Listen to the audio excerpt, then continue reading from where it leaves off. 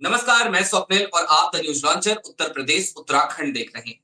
उत्तर प्रदेश के आगरा में सुबह के 11:30 बजे यानी कि दिन दहाड़े ज्वेलरी शॉप के ओनर की गोली मारकर हत्या कर दी गई।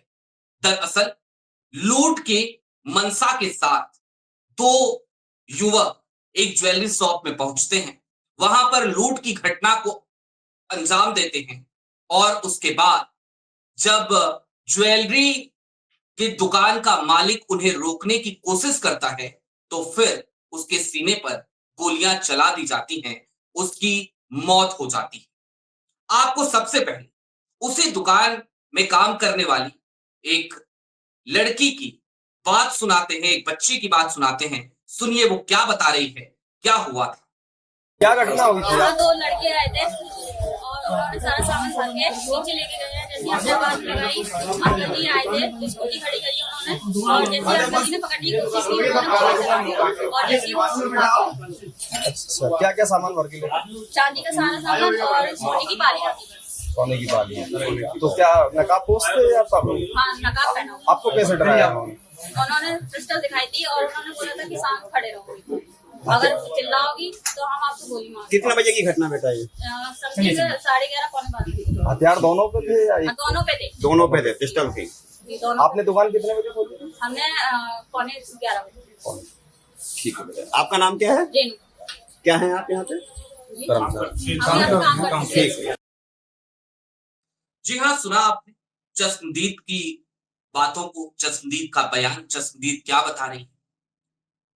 पौने 11 बजे दुकान खुलती है और 11:30 से पौने 12 के बीच में दो युवक हाथों में पिस्टल लिए घुस जाते हैं, बिना किसी डर के, बिना किसी भय के ज्वेलरी की उस दुकान में, और पिस्टल के दम पर उस दुकान में वो लूट की घटना को अंजाम देते हैं। आपके स्क्रीन पर एक तस्वीर चलाते हैं, जरा योगेश चौधरी की तस्वीर चलाइए। ये योगेश चौधरी दरअसल आगरा की उसी दुकान श्री बालाजी ज्वेलर्स के मालिक थे। अब वो इस दुनिया में नहीं रहे।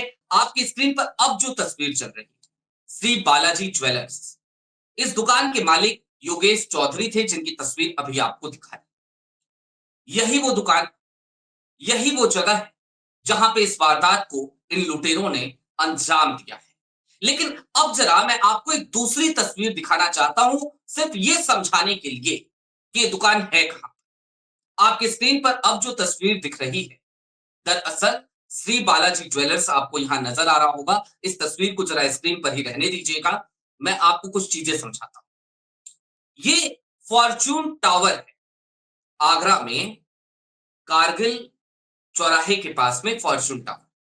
और फॉर्च्यून टावर जो है, वहां पर लगभग 50 से 60 दुकानें सिर्फ इस टावर के अंदर। यानी कि ये दुकान कहीं दूर दराज के इलाके में नहीं थी, मेन रोड पे थी। मेन रोड के एक ऐसे कॉम्प्लेक्स में थी जिसमें 50-60 दुकानें हैं। और आपके सामने जो सीढ़ियां आपको नजर आ रही, इन्हीं सीढ़ियों से दरअसल वो दोनों लुटेरे ऊपर पहुंचते हैं, बालाजी ज्वेलर्स तक पहुंचते हैं। वहां पर जाकर लूट की घटना को पहले अंजाम देते हैं। हटा दीजिए इस तस्वीर। लूट की घटना को वहां अंजाम देने के बाद वो इन्हीं सीढ़ियों से नीचे उतर रहे होते हैं। योगेश चौधरी लूट के वक्त दुकान में मौजूद नहीं होते, वो किसी काम से बाहर गए हुए होते। लेकिन जब ये लूट की घटना को अंजाम देने के बाद उन्हीं सीढ़ियों से नीचे उतर रहे थे, तो योगेश चौधरी वहां पहुंच जाते। वो उन दोनों को रोकने की कोशिश करते और बस यही योगेश की बड़ी गलती है, क्योंकि लूट हुई और लूट के बाद योगेश ने लुटेरों को रोकने की कोशिश करी। और जब लुटेरों को रोकने की कोशिश करी तो उन्होंने योगेश को गोली से छलनी कर दिया, गोलियों से छलनी कर दिया। योगेश को पास के एक अस्पताल ले जाया गया, वहां से उन्हें रेफर किया गया, लेकिन उनकी जान नहीं बचाई जा सकी। अब यहां पर कुछ सवाल खड़े होते। एक तरफ योगी आदित्यनाथ के तमाम दावे, जीरो टॉलरेंस की नीति का दावा, तमाम दावे ये कि पुलिस हाईटेक बन रही है, तमाम दावे ये कि उत्तर प्रदेश में अपराधी दरअसल डर कर रहने लगे हैं, उनके सीने में खौफ है, उनके सीने में दहशत है। लेकिन दूसरी तरफ जब आगरा जैसे शहर से इस तरीके की घटना, और वो भी किसी मेन रोड से सटे किसी ऐसे कॉम्प्लेक्स से इस तरीके की घटना सामने आती है, तो फिर तमाम दावों पर प्रश्न चिन्ह लग जाता। आगरा की ये घटना कोई छोटी घटना नहीं है, एक उदाहरण है।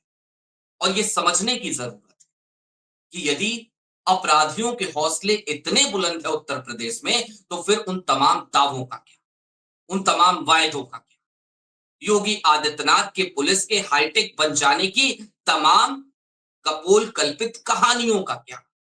इजराइल की मदद से उत्तर प्रदेश की पुलिस हाईटेक बन रही थी, लेकिन उसके बाद भी उस हाईटेक पुलिस के प्रशासन में यदि लुटेरों के हौसले इतने बुलंद हों, अपराधियों के हौसले इतने बुलंद हों, तो फिर सवाल बहुत सारे खड़े होते हैं सरकार पे, सिस्टम पे और अपराधियों के बढ़ते हुए हौसले। अभी के लिए दीजिए इजाजत। ऐसे ही तमाम अपडेट्स, तमाम डेवलपमेंट्स के लिए जुड़े रहिए the news launcher Uttar Pradesh Uttarakhand के साथ। शुक्रिया।